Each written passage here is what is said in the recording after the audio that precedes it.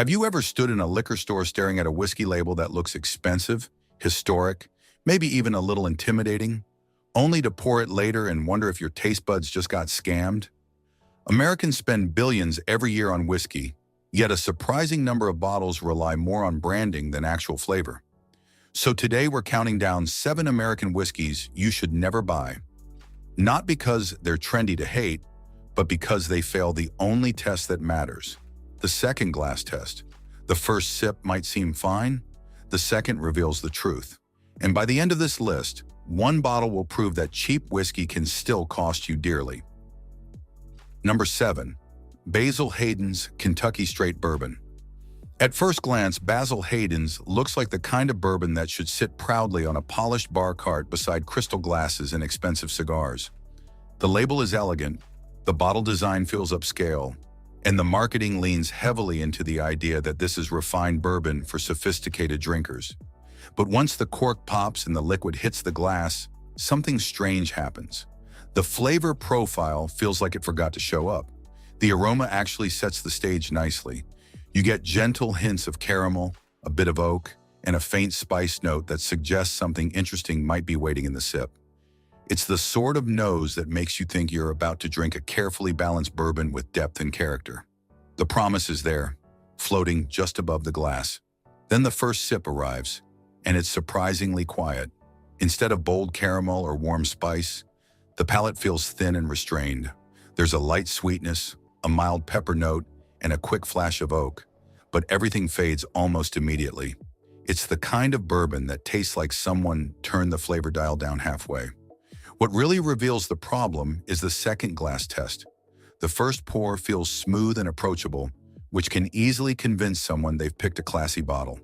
But by the second glass, you start noticing the absence of weight. The body is light, the finish disappears quickly, and the overall experience becomes oddly forgettable. That wouldn't be a huge problem if this were a budget bottle sitting on the lowest shelf. But Basil Hayden's usually sells at a price point where bourbon drinkers expect richness and complexity. When you compare it to other bourbons in the same range, the difference becomes obvious. Those competitors deliver stronger oak, deeper caramel notes, and a longer finish that actually lingers.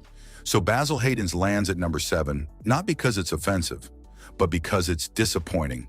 It looks premium, it's priced like a premium bourbon, yet it drinks like something far lighter and less memorable. In whiskey, subtlety can be beautiful, but in this case, subtlety turns into invisibility. And the next whiskey on our list proves that a bottle doesn't need a fancy label to trick people. Sometimes the trap is hiding in plain sight, dressed as a classic American staple. Number 6. Kessler American Blended Whiskey. Kessler is one of those bottles that seems to exist everywhere without anyone ever admitting they bought it. You'll see it sitting quietly on the lower shelves of liquor stores, usually in large plastic handles that promise a lot of whiskey for very little money. The label proudly advertises the phrase, "smooth as silk." Unfortunately, that slogan sets expectations the whiskey struggles to meet. Historically, Kessler has been around for well over a century, and that kind of longevity usually suggests reliability. Brands don't survive that long without building a loyal audience somewhere. But longevity in the whiskey world can sometimes mean something different. It can mean a brand figured out how to sell a massive amount of inexpensive blended whiskey to people who mostly plan to mix it with something else. The aroma gives the first clue about what's coming. Instead of deep oak or rich vanilla notes, the nose leans toward light sweetness with a faint grain character. There's a gentle hint of caramel floating in the background, but it's subtle enough that you almost question whether you imagined it. It feels more like the scent of diluted whiskey rather than a full-bodied spirit. Taking the first sip explains why this bottle rarely appears in serious whiskey conversations. The texture is extremely light, and the flavors arrive softly before disappearing just as quickly. A mild sweetness leads the way, followed by a brief touch of spice, and then the finish fades almost immediately. Nothing about it is particularly harsh, but nothing stands out either. Again, the second glass test tells the real story. The first drink may seem harmless, even pleasant in a simple way. But by the time the second glass is poured, the lack of structure becomes obvious. The whiskey feels thin, the flavors don't evolve, and the finish becomes shorter with every sip. That's why Kessler usually performs best when it's hidden inside something else. Add cola, ginger ale, or a splash of citrus, and the whiskey essentially disappears into the background. In that environment, it functions perfectly well because the mixer carries the entire experience. But when judged purely as whiskey, Kessler struggles to justify itself. It isn't terrible, it isn't offensive, and it probably won't ruin your evening. What it does instead is something almost worse. It leaves you wondering why you bothered pouring it in the first place. And as we move deeper into this countdown, the next bottle proves that sometimes a whiskey can be incredibly famous and still disappoint the moment you drink it. If you're enjoying this countdown, hit like and subscribe for more brutally honest breakdowns of popular drinks. And tell me in the comments, what's the most disappointing whiskey you've ever bought? Your answers might end up on the next list. Number 5. Seagram's 7 Crown American Blended Whiskey. Seagram's 7 Crown is one of those bottles that almost everyone has seen at some point, even if they've never actually bought it. It's the whiskey that seems permanently stationed behind bars that specialize in simple mixed drinks and nostalgic cocktails. For decades, it carried the reputation of being a dependable American staple, largely thanks to its famous partnership with lemon lime soda in the classic 7 and 7. The moment you pour a glass, it becomes clear that this whiskey was designed with that exact purpose in mind. The aroma leans sweet and light, with hints of vanilla and grain rather than the deeper oak character many people expect from American whiskey. It doesn't push aggressively into your nose the way bolder spirits do. Instead, it introduces itself quietly, almost cautiously. That personality continues once you taste it. The first sip feels smooth and easygoing, with mild sweetness leading the charge. There's a bit of caramel and a faint touch of spice, but they remain subtle throughout the experience. Nothing about it bites or challenges the palate. In fact, the overall sensation feels carefully engineered to avoid standing out too much. But this is where the second glass test becomes revealing. After finishing the first pour, the next one exposes how limited the flavor range actually is. The sweetness becomes repetitive, the body feels light, and the finish fades before it has a chance to develop any complexity. What initially felt smooth begins to feel a little empty. None of this means Seagram's 7 is undrinkable. In a tall glass packed with ice and topped with soda, it does exactly what it was built to do: blend quietly into the background. The problem arises when someone expects it to behave like a traditional sipping whiskey. On its own, it lacks the richness and structure that make whiskey interesting over time. That's why it sits here at number 5. Seagram's 7 isn't a disaster. It's simply a spirit that performs best when hidden inside something else. And the next bottle on this list proves that sometimes the bottom shelf can take that idea even further. Number 4. 10 High Kentucky Straight Bourbon. 10 High is a bourbon that seems to exist in a strange corner of the whiskey world where price tags matter more than flavor. It often shows up in large plastic bottles that promise a lot of bourbon for very little money. That alone attracts plenty of buyers looking to stock up for parties or casual mixing. At first glance, the whiskey tries to deliver the classic bourbon experience. The aroma gives off familiar notes: light caramel, a touch of vanilla, and a faint suggestion of toasted oak. On paper, that sounds like the exact profile bourbon fans expect. The problem is that the depth behind those aromas never fully materializes. The first sip starts off politely enough. There's a brief sweetness followed by a mild wave of spice, but the flavors feel stretched thin. Instead of building into something richer, they flatten out quickly. The body is lighter than expected for bourbon, and the finish fades before any real character can develop. When the second glass test begins, the illusion disappears even faster. The initial sweetness that felt inviting at first starts leaning toward artificial territory. The spice becomes sharper, and the overall balance feels less controlled. What once seemed simple and approachable now feels slightly rough around the edges. That experience reveals what 10 High really is: a bourbon designed primarily for utility. In a mixed drink, especially something sweet or citrus-heavy, its rougher elements are masked well enough to get the job done. It serves its purpose at large gatherings where the goal is quantity rather than craftsmanship. But judged strictly as a bourbon to sip and appreciate, it struggles to hold attention. The flavors don't evolve, the finish never lingers, and the overall structure lacks the richness that makes bourbon memorable. 10 High lands at number 4 because it represents a familiar trap in the whiskey aisle. A bottle that looks like traditional bourbon but behaves more like a background ingredient. And as we move closer to the top of this countdown, the next entry shows how even historic whiskey names can end up feeling surprisingly hollow. Number 3, Old Crow Bourbon. Old Crow carries one of the most recognizable names in American whiskey history. For more than a century, it has been associated with classic bourbon heritage in the early days of Kentucky distilling.